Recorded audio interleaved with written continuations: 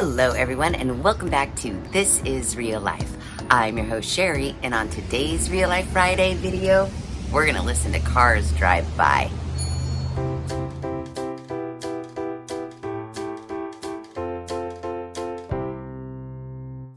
No, but for real, we're outside. The sun just went behind some clouds. It's been like the first nice-ish day that we have had in my town for a long while. But I can't get too used to it because I looked at the weather for the upcoming week and it's going to go back to shit here real soon. So what we're going to talk about on this Real Life Friday video is getting our outdoor spaces exactly how we want them, just in time for summer. Now, if you remember, last summer, I spent a lot of time talking about what I wanted to do in my front yard, what I wanted to do in my backyard. You know, am I the shitty neighbor? Does the front of my house have curb appeal? What am I gonna do? So last summer, I spent a lot of time prepping my front yard. I ripped out all my lawn. I dug out a section in my front yard so that I can install a brick pathway going from the sidewalk up to my front door. Spent a lot of time doing that. It was back-breaking labor. Well, because we've had so much rain this year, an unprecedented amount of rain, it's as if I never touched my front yard. All that work has gone to shit. It is disgusting, it's despicable, and I should be jailed. I'll just admit it, I should be jailed for what my front yard looks like. My only saving grace is that everybody else's front yard in my neighborhood, not everybody's, but a good majority, their yards look pretty shitty too, because no one anticipated the amount of rain. No one has been able to go outside and work in their front yard this entire time. And I know it seems crazy because we are only in March, but in the valley, March is like primo time to be out in your yard. Not this March. It's a shit show. So basically, I'm starting from scratch. So what I wanted to talk about is how do you space plan for your yard, like for your yard makeover, or maybe a yard update. Maybe your yard isn't that bad off, but you want to do a refresh this year.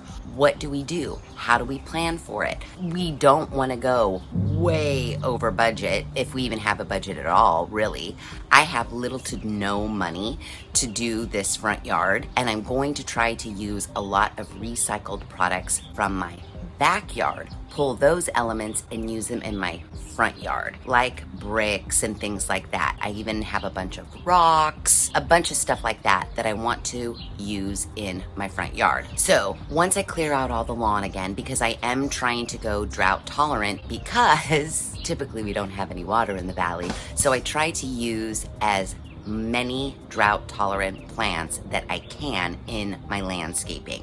And one of those being rip out the lawn and don't have it anymore. So we got to get to planning for what we're going to do over the next couple of months so that our front yard is beautiful. While I have some ideas floating around in my mind of what I want to do in that front yard, like I want to try to get away with the barest of minimal things, but still create a large impact. Again, barest of minimal because I don't want to spend a lot of money. Plants, expensive. Ground cover, expensive. Thankfully, last year, I bought a shit ton of bark when it was on sale at the Home Depot. I spread a little bit of bark, but I still have, gosh, how many bags did I buy? 30 bags on the side of my house. So bark is covered. I wanted to, see some new inspiration, what's going on in the drought tolerant world. So I went on to the interwebs and I captured a lot of pictures. And because I'm old school, I printed them out. Because I like to hold things. I like to take out my lists and my diagrams and my photos when I'm shopping so that I can see right here in my hot little hands what's going on and I can make my purchases accordingly. So like I said, for me and my style, I'm trying to go more drought tolerant, but I don't want it to look like a desert because drought tolerant could go that way. So I've printed out some images that I really, really like. Like I like this right here. Like I like these like cement, like sculpture-y things with pots. I want to try to incorporate potted plants along with plants that are planted into the ground into my front yard, just to add a little bit of visual interest. I also want to incorporate some river rock features, especially in, I don't know if you have this, or if this is like standard front yard neighborhood practice. You have your yard, then you have your sidewalk, then you have another little strip of yard, and then it's the street, the gutter, the curb, what have you. So for that strip that's technically not part of my front yard, I don't want to neglect it, but I was thinking maybe some river rock there, just bare minimal, maybe a couple drought tolerant plants in that section, but very minimal, more so river rock than anything else. I also just like the look of like here where you can see they've used river rock, but they've also incorporated the bark, and they went with like a cement slab stepping stone kind of a situation where I'm going to recycle brick from my backyard to make that path leading up. What I don't like about the front of how my house is situated, my driveway is like a curve. So if you parked your car on the street and were to walk up to my front door, you have to walk along the curve of my driveway. There's no real walkway or path up to my front door. So I'm gonna try to create one with those bricks cutting through what would have been my front lawn. While you'll still have to walk across the driveway to get to the front door, at least there will be a like delineated path to get to my front door. So that is plan number one. I also think like, so in my head, I had always thought, oh, a full out brick path. While it's gonna take forever and it's gonna take a lot of bricks, I wanted that look. Where I'm sitting right now, the previous owner made like a patio area, and this is in the front of my house, and it's brick. And I like that, and I kind of wanted to tie this area into the front yard area. So again, an entire path made out of brick. However, I saw this picture, and they've outlined the path in brick, and then what's in the middle seems to me to be like a decomposed granite that they've just packed in, which would save a lot of time on laying a brick path. So I dig the look, and I actually dig like their whole like bark and just like spotted drought tolerant plants with some kind of bigger rock. So that could be something too. But then I also want to incorporate color, and I really like this down here where you can see they've got some, you know, succulents, but then pops of color. And here where I live, there is a plant, lantana, and it grows like gangbusters in my area. It flowers. They have 3 or 4 different colors of flowers, but then when the flowers die back, it still stays pretty green. It doesn't go to like sticks and grossness. So I thought that would be really cool. And plus it's cheap. Lantana is cheap for pops of color. And it also spreads and goes crazy. So one little like 3-gallon pot of lantana will end up spreading and growing and covering a lot of area. So you also want to take a look at plants that can spread and take off and fill in spaces, because that's going to save you on purchasing a ton of plants. And I'm looking around. Nobody's outside right now, but I don't want my neighbors to overhear what I'm about to say. These neighbors in particular, you should see their yard right now. It's a shit show. So I want to come up with sort of a barrier, because my side yard meshes in with their front yard, and I want a blockade. I don't want anybody thinking that that front yard is part of my yard at all. And same on the other side. And now this will be the last priority on the list of things. If I don't get this fence done this year, it's not going to be the death of me. This is my last like dream of all dreams. If I can afford it and pull it off, this is what I would want to do. I'd want to build a 3-foot high fence on either side of my yard to make a definite line of demarcation of this is my yard, this is not your yard. So I did come up with this taller area here would be where my fences so it would match the height. So then it would step down and be 3 feet high along the whole side. It's not like I'm trying to build the Great Wall of China to divide my yards, but a 3-foot high fence. So I came up with this design, and then I also priced the lumber that I would need. And surprisingly, if I take fence boards and I don't put them the way that they are supposed to be, and I put them this way, that's a 6-foot span of wood. And fence board, the one that I picked out right now, which I'm not gonna go purchase it right now, it's only $3, $2.97. So I can get 6 feet of length per one fence board, and I only need 1, 2, 3 fence boards. So all in all, now while I didn't measure the span, let's just say the span was as long as I doctored up here, I would only need 3, 6, 9, 10, 11, 12, 13, 14, 15 fence boards to pull off one side. So 15 times 3, not that expensive for a whole fence. But like I said, this is last on the priority list. It's like a, do I have time? Do I have the money after getting everything else done? We'll see. So I'm sure you're thinking like, this is great for your yard, Sheri, but how do I start space planning for my own yard? Well, first of all, we need to go take some measurements of our space out front. If we have a general idea of how large our space is, then we can get a better general visualization of what is actually going to fit in our front yard. And then we can also better target a budget to what is going to fit in our front yard. So first things first, we need to measure the space. And then we're gonna translate that measurement onto a piece of paper. Now, if your front yard has like some curves and wobbles and whatever, don't worry about the curves and wobbles. I'm just gonna measure a rectangle. I'm gonna measure the length and the width of my yard, and I'm just gonna put that as a rectangle on a piece of paper, and then we'll go from there.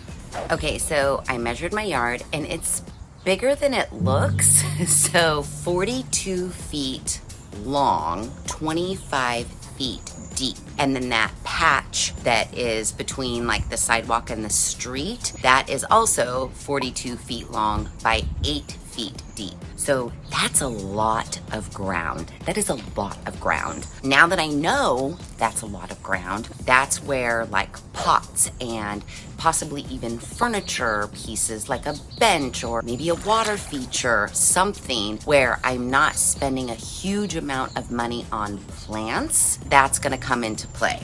So pretty simple, just a couple of rectangles. Like this right here, that's the sidewalk in front of my house. For this area here, there is a ginormous tree right in the center. Nothing I can do about it. I'm not chopping it down. I love trees. So basically, I know I don't have enough river rock recycled from my backyard to fill this space. So I am gonna have to go to my local like rockery and order some more river rock for this front space, if I in fact end up putting river rock in that front space. Now, it's gonna come down to the price of river rock. I'll just be real honest with you. I want river rock because river rock kind of stays where it is, whereas bark, if there's a heavy rain or overwatering or what have you, bark can float away. River rock for this area next to the street would be the best case scenario. But if it's expensive, we're gonna use bark.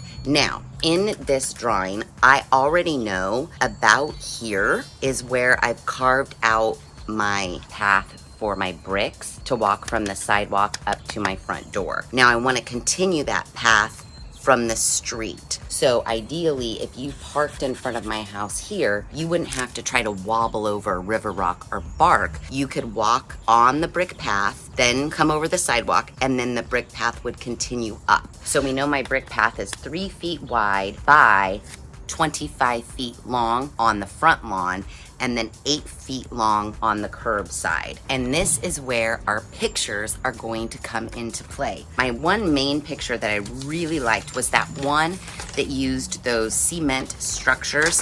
This one here. the cement structures with the pots. You can kind of tell here that there's steps, so this must lead up to the person's house. I like that as an entry feature. So I want to do some clusters of different size pots, and maybe we pour some cement and make some really cool sculptural cement pieces as well. I'm thinking that would look cute in this corner. So this is my driveway. I think that would be a nice area for some big pots, some really sculptural things. Right now, I have a tree that I possibly killed last summer when I was digging out my lawn and all the roots. So I have 2 trees flanking my driveway, and they actually make a really cute, like when they're all in bloom and growing, it's kind of a cute entrance to my driveway. I hope that tree's not dead. It's hard to tell now because it's just sticks, and the other tree is sticks too. But a tree with some pots and stuff I think would be really cute. But then I have from here to here to contend with. Might be a good area to put in some spots of plants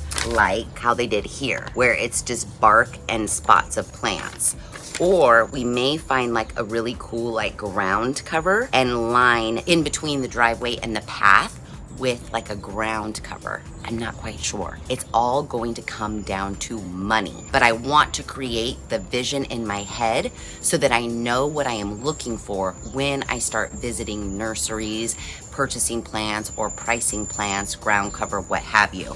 We want to get the space plan down so we're not flying blind when we're going to the nurseries, our big box, you know, Home Depots, that sort of thing. So I know for certain I want pots in that corner. I just know for certain.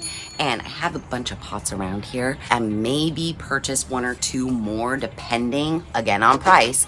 But I can recycle a lot of pots from here. And in my mind, they don't have to match. I'm an eclectic gal. If you haven't noticed from the interior of my house, mismatchy is matchy to me. I just buy things that I like. If I like the color, if I like the shape, it doesn't have to match. I like them all. It just is gonna depend on, do I have enough of the right sizes to give that visual appeal that I'm looking for? So that's awesome. We covered like 10 square feet of space in a huge front yard. Now I have all of this area to contend with. So this would be my house. I'm gonna have vines growing up. Now, I do want to bring in some color up against the house, so I don't want it to be like an ivy or a creeping fig. I do want it to be a flowering vine. I was thinking either like an orangey trumpet vine, something that flowers, but when the flowers die back, it stays green. We do have these little mini like climbing roses, but they don't look like a traditional rose. They're kind of more fluffy. I really do like the flower. They're really, really tiny. So I might be on the lookout for those, but I do know that I want to create some sort of color against this wall that is the wall to my house. Trellises here with some vines. Now that's great. That's only going to take up a little bit of room. Because I know I'm planting vines back here, I think a sculptural flower bed. Now I do have a big tree that would be basically right about here. So what I'm thinking is I can sculpt out from around the tree and like sculpt this into some cute little shape. Sculpt this like around and down. So something like this, where from the tree it kind of sculpts and then comes down and then maybe around. I'm not sure what I really want to do on that side because I do have a gate on that side as well as on this side, and I'd like there to be a firm path to that gate. I don't want to walk over bark. I don't want to walk over dirt. So whether it be stepping stones, more brick, what have you, I might want to pepper in some sort of a stepping stone situation with maybe carrying the river rock in between. I feel like whatever I do on that side, which would be this side, I would copy on this side here, which would be the other side of my driveway, which would be over here. But I'm thinking path, maybe even similar to what they did here, but maybe on a smaller stepping stone scale. Now, back in the day, I did help my friends David and Jeremy pour cement stepping stones like this, and it wasn't that hard. So you just make a form out of like 2x4s, and then you pour cement in it, level it off. When it's dry, you remove the form, and then you've got stepping stones. And it was pretty cost effective. I might do that along both sides. That could be good. Because, okay, here's why it could be good too. Okay, so where I am sitting right now, I am looking at my garage door. So when I drive in like this, and then I curve, like I make a left-hand turn into my garage. Now when I back out of my garage, I am not that great of a backer-outer, even though my truck has a backup cam. I can't back up from my garage all the way out because my driveway is not the same width. At my garage, it's the widest, but then as it starts to curve around, it goes into like a 1-car driveway. So I don't have a lot of room if I'm backing straight out. So what I do every single morning, I back out super straight and then I pull out forward. I roll over the lawn and dirt that's on that side of my driveway. I roll over it every single time. So it might be nice to have some larger cement stepping stones filled in with river rock in that area so that when I drive over it, it's not messing up any dirt, any flower bed, any ground cover, what have you. It just will be the same height as my driveway, so making it kind of all unified.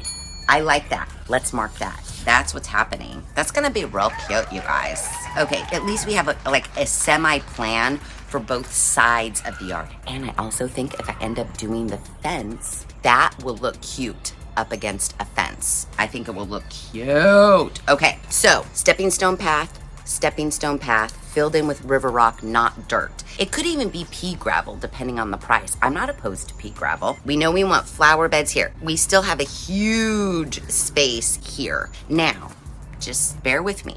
Here's what I'm thinking. I did pull 2 pictures from the interwebs. People actually put furniture in their front lawn. Now, here they've got some Adirondack chairs with a little table, but here is what I really like. They've got these benches. So what I was thinking, to fill in some space, and wouldn't this be cute? Not that I'm ever gonna sit there, but I think it would be very, very cute. Picture it. This is the house wall. You've got the trellises with some vines growing. You've got some flowers interspersed here in this flower bed. But maybe right here, we build a really cute bench so that all of this floral and greenery and loveliness is the backdrop to this bench. Then on either side of the bench, we could do more clusters of some pots to bring in different dimensions here. Potted, whatever the case may be. That will take up some real estate. Maybe in this area here, we carve out a river rock, sort of a bed, to put this bench on. Maybe the river rock starts over in this area and then kind of comes down and maybe ends like here. You know what I'm saying? And so now we've pulled river rock from the sides, river rock here to river rock here. Now we've just cut what was a 42-foot long by 25-foot deep yard into this area here.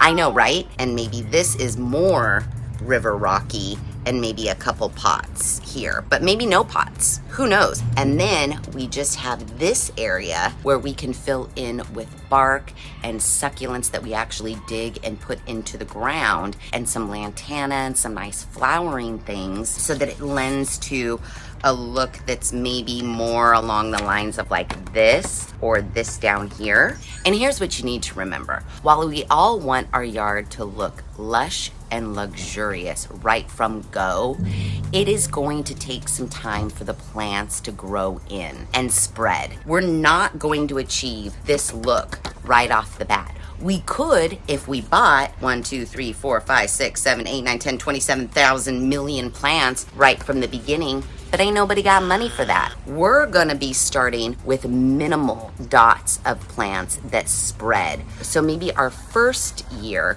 it's a little less lush and luxurious, but over time grows into lush and luxurious. See? Don't go spending money on a shit ton of plants. Just buy plants smartly. Is that a word? Just be smarter when you're purchasing your plants. Make sure you get ones that they're gonna spread. So look, there's my yard. This is the space plan for my yard. While this may look like a bunch of scribbles to everybody, to me, this makes complete and total sense. Now I have a better idea of when I am going through and ripping out all the weeds and all the crap, I can start kind of making some lines. I am going to take creative license when I'm actually digging out shapes and things and where I want river rock to be as opposed to bark to be, as opposed to where flower beds are going to be. But this is my general idea. I do know that I'm gonna have to make a pretty big purchase on some river rock, some cement, wood, and pots. So you should go space plan either your front yard or your backyard. I'm definitely gonna have to do the backyard here real soon, but my focus is the front yard because are you ready to see how shitty it looks right now? I'll show you. It's bad news bears. Real bad. Okay, here it is. All gross and weedy. Last year about this time, this was all dug out. This was all dirt. Yep, not anymore with all this rain we've been having. Now it's all covered in weeds and old gross lawn. But you can see right here, I did dig out the path for the brick, but I've got to rip all of this out again. So here's where I plan on having the trellises with the vines, and then maybe right in here is the bench because this giant tree will create some shade, and if you did want to come sit out in the front yard, there'll be a bench for you. This is what this disaster area is looking like now. So you can see why it is so important that I get this taken care of ASAP. So yeah, I told you, it was pretty bad. But this weather has been so bad, I haven't been able to come outside and do anything. And because I work full time, my only days that I can actually get in the yard are on the weekends. And just like with typical weather, it's completely rainy and gross on the weekends, and it's like sunny during the week when I'm sitting in my office for 9 fucking hours a day. So we're gonna get on this front yard situation as soon as weather permits. And guess what? You guys are all coming on this journey with me. Just like the bedroom journey, the kitchen journey, we are doing a front yard journey. And I hope that this journey inspires you to space plan out either your front yard or your backyard. And maybe you don't have a huge front yard or a huge backyard, and maybe you just have a smaller patio area or just a little like area that is just enough for like a flower bed. You can still space plan that and make it look super darling for this summer. So I hope you get inspired. This journey might take us a million years, but we're going on it. This year, I am getting that front yard fucking done for sure. And I want you to do the same. I want you to get on the interwebs, look for some inspiration photos, get out a measuring tape and a piece of paper, draw a rectangle on that piece of paper, and start using those photos that inspired you to inspire you in your own yard. We're gonna do it this year. This is the year for the yard makeover. And all of our neighbors are gonna be jealous. And you know, Sunset Magazine might even come on over and take pictures because our yard looks so mwah. And we're gonna do it for as little money as possible. We want the biggest bang for the littlest buck. That's our goal. And we need to do it by this summer. When is summer? May? Should we say 4th of July? 4th of July. That's 4 months. I think that's doable. Depending on the weather lets us start anytime soon. I think it's doable. So if you like this video, please be sure to give it a big thumbs up. If you haven't done so already, please subscribe to the channel. Be sure to ring that notification bell so that you are alerted to all of the Real Life Friday videos I push out, which is every other Friday at 5:30 Pacific Standard Time. Be sure to share this video with your family and friends. And as always, thanks for hanging out. Right now, it's only... Really?